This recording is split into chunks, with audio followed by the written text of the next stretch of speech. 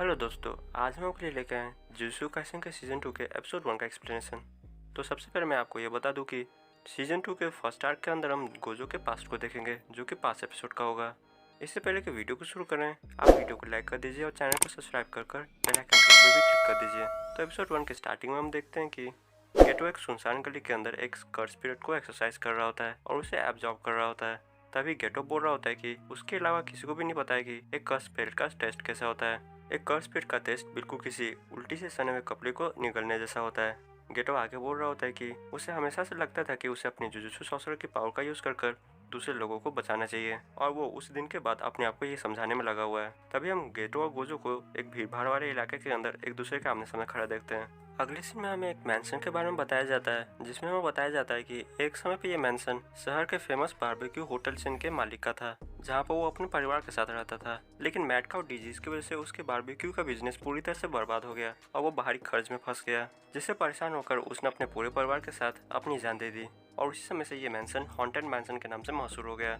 और आज के समय में कई हाई स्कूल स्टूडेंट्स और कॉलेज स्टूडेंट्स यहाँ पर अपने बहादुरी का टेस्ट देने आते हैं, जिनमें से कई गायब भी हो गए हैं। और इसी वजह से इंटरनेट के ऊपर इसके बारे में काफ़ी ज़्यादा अफवाहें फैल गई हैं। तभी हम देखते हैं कि ये सारी बातें एक कार के अंदर बैठे 3 जुजुत्सु सॉर्सरर्स कर रहे होते हैं, जिसके अंदर उटाहिमे और मेइसान भी होती है। वहीं उटाहिमे आगे बोल रही होती है कि 3 एलिमेंट्री स्कूल स्टूडेंट्स अपने घर जाते समय अचानक से गायब हो गए और उनके दोस्त और परिवार वाले उनको ढूंढते ढूंढते उस मैंशन के अंदर चले गए और वहाँ के इस कर्स स्पिरिट के विक्टिम बन गए। इसलिए हमें जल्द से जल्द इस मैंशन का कुछ करना होगा। वही जो मेसान होती है, बोल रही होती है कि इसकी वजह से उसे ज़्यादा काम करना पड़ रहा है और इसी वजह से वो हेडक्वार्टर से एक्स्ट्रा बोनस की मांग करेगी। वहीं आगे हम देखते हैं कि मेइसान और उटाहिमे मैंशन के पास पहुंच जाती है और मेइसान उटाहिमे से बोलती है कि उसे कर्टन एक्टिवेट करने की कोई ज़रूरत नहीं है, क्योंकि वो बाहर कोई कर्स एनर्जी सेंस नहीं कर पा रही है। इसका मतलब जो कर्स स्पिरिट है वो मैंशन के अंदर है, और अगर उन्हें ज़रूरत महसूस हुई तो वो बाद में कर्टन एक्टिवेट कर देंगे। वहीं इसके लिए उटाहिमे भी तैयार हो जाती है और वो दोनों मैंशन के अंदर घुस जाते हैं, जहाँ पर हम देखते हैं कि मैंशन के अंदर काफ़ी ज़्यादा कूड़ा भरा होता है। आगे हम देखते हैं कि मेई फर्स्ट फ्लोर को चेक करने लगती है और उटाहिमे को ऊपर वाले फ्लोर को चेक करने के लिए बोलती है। वहीं उटाहिमे हॉन्टेड मैंशन की अफवाहों की वजह से अकेले ऊपर नहीं जाना चाहती थी, इसलिए वो हर कमरे को डर डर के चेक कर रही थी, लेकिन उसे उन कमरों के अंदर कुछ भी नहीं मिलता है। जब वो आखिर वाले कमरे को चेक करती है तो उस कमरे के अंदर उसे चूहों के अलावा कुछ नहीं मिलता है, लेकिन वो चूहों को देखकर डर जाती है और बाहर आ जाती है। वहीं तभी अचानक से मेई उटाहिमे के कंधे के ऊपर हाथ रख देती है, जिसकी वजह से उटाहिमे और भी ज्यादा डर जाती है और जोर से चिल्लाने लगती है। इस पर मैं उससे बोलती है कि अगर वो ऐसे ही चिल्लाती रही तो उसे स्क्रीमिंग क्वीन का टाइटल मिल जाएगा। इस पर उटाई में बोलती है कि अगर वो उसे डराना बंद कर दे तो वो चिल्लाना भी बंद कर देगी। उटाई में आगे मैं इसे पूछती है कि क्या उसने फर्स्ट फ्लोर को चेक कर लिया है, लेकिन इस पर मैं बोलती है कि लेकिन वो तो अभी फर्स्ट फ्लोर पर ही है और वो फर्स्ट फ्लोर के कॉरिडोर के अंदर ही घूम रही है। यह सुनकर उटाई में काफ़ी ज़्यादा शौक हो जाती है। मैं आसपास फैले हुए सामान की तरफ इशारा करते हुए बोलती है कि उसने ये सामान 3 बार देख लिया है और उसने हर बार यहाँ से जाते समय दीवार के ऊपर ही निशान भी बनाए थे। इसका मतलब वो लोग एक लूप के अंदर फंस गए हैं। वहीं यह सुनकर उठाई में भी शौक हो जाती है। इसके बाद हम देखते हैं कि वो दोनों उस कॉरिडोर के अंदर ही घूमने लगते हैं और वो 3 मिनट में 4 किलोमीटर तक घूम जाते हैं। वहीं उठाई में बोलते हैं कि क्या ये कोई इनेट डोमेन है। इसमें मैं बोलती है कि ऐसी बात नहीं है, ये बस मेंटल सीनरी का मैनिफेस्टेशन है। इस पर उठाई में बोलती है कि मतलब ये कोई बैरियर है। इसमें मैं बोलती है कि उसने बिल्कुल सही कहा। मैं आगे बोलती है कि लगता है ये कर्स स्पिरिट अपने विक्टिम्स को इसी तरह के लूप में फंसाकर उनका शिकार करता होगा, लेकिन इसकी टेक्निक को देखकर लगता है कि ये कर्स स्पिरिट अपने आप में इतने ज़्यादा पावरफुल नहीं है, और अगर वो लोग इस बैरियर से बाहर निकल सके तो वो उसे आसानी से हरा देंगे। लेकिन उटाहिमे को अब ये जवाब देना है कि वो इस बैरियर को कैसे तोड़ेगी। इस पर उटाहिमे आगे बोलती है कि उसे शुरुआत में लगा था कि इस इन्फिनिट लूप का स्ट्रक्चर किसी डोनट की तरह है, लेकिन 4 बार इसके चारों तरफ घूमने के बाद उसने कैलकुलेट किया कि हर बार इसकी लेंथ चेंज हो रही है। इसका मतलब इसके पास कोई फिक्स लेंथ नहीं है, और अगर वो लोग अपनी पूरी स्पीड में इस कॉरिडोर से भागें तो हो सकता है कि वो इस लूप को तोड़ सकें। इस पर जो मेई होती है वो उटाहिमे को 90 पॉइंट्स देती है। इस पर उटाहिमे उससे पूछती है कि लेकिन उसने क्या गलती की जिसकी वजह से उसने उसे 100 पॉइंट नहीं दिए। इस पर मैं उसे बताती है कि उन लोगों को अलग अलग डायरेक्शन में एक साथ भागना होगा, तभी वो लोग इस लूप को तोड़ पाएंगे। वहीं ये बात उटाहिमे भी समझ जाती है और इस पर मैं उसे 100 पॉइंट्स देती है। आगे हम देखते हैं कि मैं और उटाहिमे अपोजिट डायरेक्शन में भागने लगते हैं, और उटाहिमे के कुछ दूर भागने के बाद ही वो लूप से निकल जाती है, लेकिन तभी अचानक से पूरा कॉरिडोर ही बर्बाद होने लगता है और देखते ही देखते पूरा मैंशन बर्बाद हो जाता है। तभी हम देखते हैं कि वहाँ पर हमारे हीरो सातोरू गोजो की एंट्री हो गई होती है और वो उटाहिमे से बोल रहा होता है कि वो उसे बचाने के लिए आ गया है। वो उटाहिमे का मजाक बनाते हुए बोल रहा होता है कि क्या वो रो रही थी। इस पर उटाहिमे काफ़ी ज़्यादा गुस्सा हो जाती है और वो गोजो से बोलती है कि वो बिल्कुल भी नहीं रो रही थी और वो उससे उम्र में बड़ी है, इसलिए वो उससे इज्जत से बात किया करे। इस पे मेई गोजो से बोलती है कि अगर वो इस तरह से रोएगी तो क्या वो उसे बचाने आएगा। इस पर गोजो उससे बोलता है कि वो इस तरह से नहीं रो सकती है क्योंकि उसे पता है कि वो बहुत ज़्यादा स्ट्रांग है। इस पर उटाइमे को गोजो पर बहुत ज़्यादा गुस्सा आता है और वो गोजो से बोलती है कि उसे उसकी मदद की कोई भी ज़रूरत नहीं है। वहीं तभी अचानक से कर्स पीरियड उटाइमे के पीछे आ जाता है, लेकिन समय रहते हुए गेटो का कर्स पीरियड उस कर्स पीरियड को खाकर ख़त्म कर देता है। वहीं गेटो गोजो से बोल रहा होता है कि उसे इस तरह से कमज़ोर लोगों का मजाक नहीं बनाना चाहिए। इस पर गोजो बोलता है कि आखिरकार कौन बेवकूफ़ अपने से ताकतवर का मजाक बनाएगा। वहीं इसी तरह वो दोनों उटाइमे का मजाक बना रहे होते हैं। इस पर उटाइमे बहुत ज़्यादा गुस्सा होती है उन दोनों पर। तभी वहाँ पर सोको आ जाती है और उटाइमे से बोलती है कि उसे उसकी काफ़ी ज़्यादा फिक्र हो रही थी, आखिरकार उसने उसे 2 दिनों तक नहीं देखा है। वहीं सोको को देखकर उटाइमे उसके पास जाकर उसे गले लगा लेती है और उसे बोलती है कि वो उससे प्रॉमिस करे कि कभी भी उन दोनों जैसी नहीं बनेगी। इस पर सोको बोलती है कि वो उन दोनों बेवकूफ़ों जैसी कभी नहीं बनेगी। वहीं गोजो और गेटो अभी भी उटाइमे का मजाक बना रहे होते हैं। वहीं 2 दिन की बात सुनकर उटाइमे शौक हो जाती है। इस पर गोजो बोलता है कि इसका मतलब इस बैरियर के अंदर टाइम अलग तरह से फ्लो कर रहा था। इस पर मैं बोलती है कि अगर ऐसी बात है तब तो उसे 2 दिनों का एक्स्ट्रा बोनस चाहिए। वही मैं आगे बोलती है कि लेकिन सबसे पहले वो तीनों ये बताएं कि उन्होंने कर्टन तो एक्टिवेट किया था ना। यह सुनकर वो तीनों शौक हो जाते हैं क्योंकि वो लोग कर्टन एक्टिवेट करना भूल गए थे।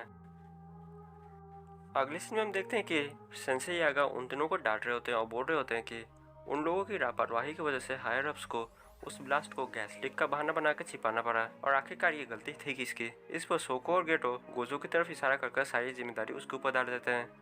वहीं गोजो बोलता है कि उन लोगों को ये गलती नज़रअंदाज कर देनी चाहिए। इस पर यागा बोलते हैं कि इसका मतलब गलती गोजो की थी और ये बोल के वो उसे जोरदार पंच मारते हैं। अगले सीन में हम देखते हैं कि वो तीनों एक बास्केटबॉल कोर्ट में होते हैं जहाँ पर गोजो और गेटो बास्केटबॉल खेल रहे होते हैं।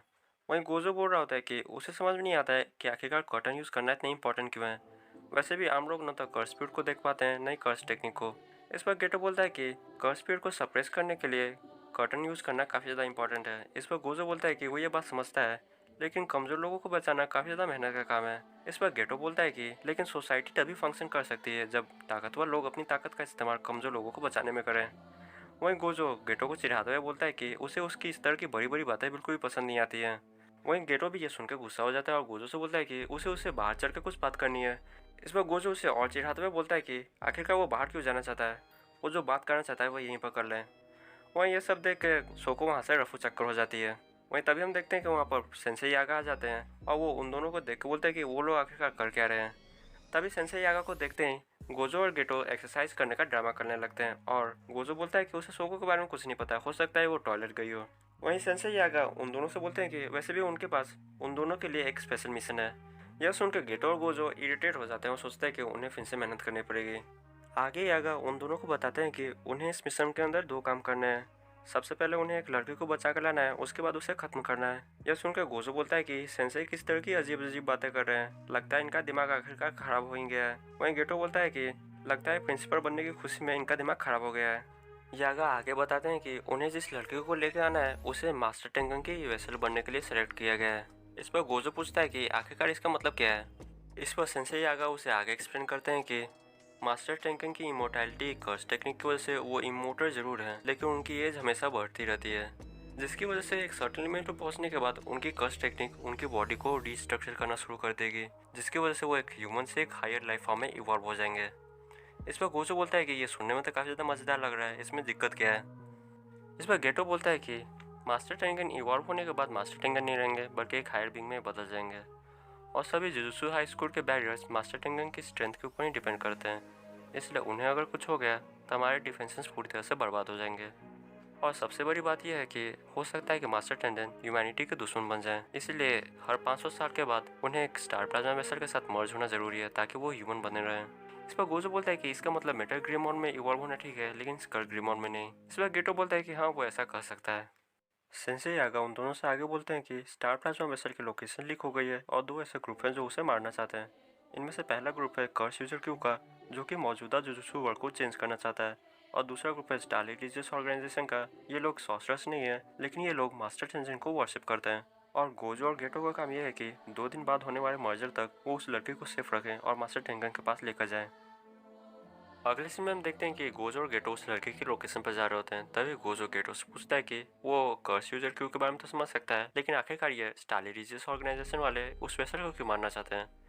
इस पर गेटो उसे जवाब देता है कि स्टार रिलीजियस ऑर्गेनाइजेशन के लोग प्योर मास्टर टेंगर को वर्शिप करते हैं और उनके लिए एक ह्यूमन के साथ मर्जर मास्टर टेंगर को इम्प्योर बना देगा, इसलिए वो इस मर्जर को रोकना चाहते हैं। आगे हम देखते हैं कि गेटो एक लिफ्ट से उस बिल्डिंग के अंदर जा रहा होता है जिसके अंदर वो लड़की होती है और वो गोजो से फ़ोन पर बोल रहा होता है कि उसे अपने सुपीरियर से ज़्यादा इज्जत से बात करनी चाहिए आगे से।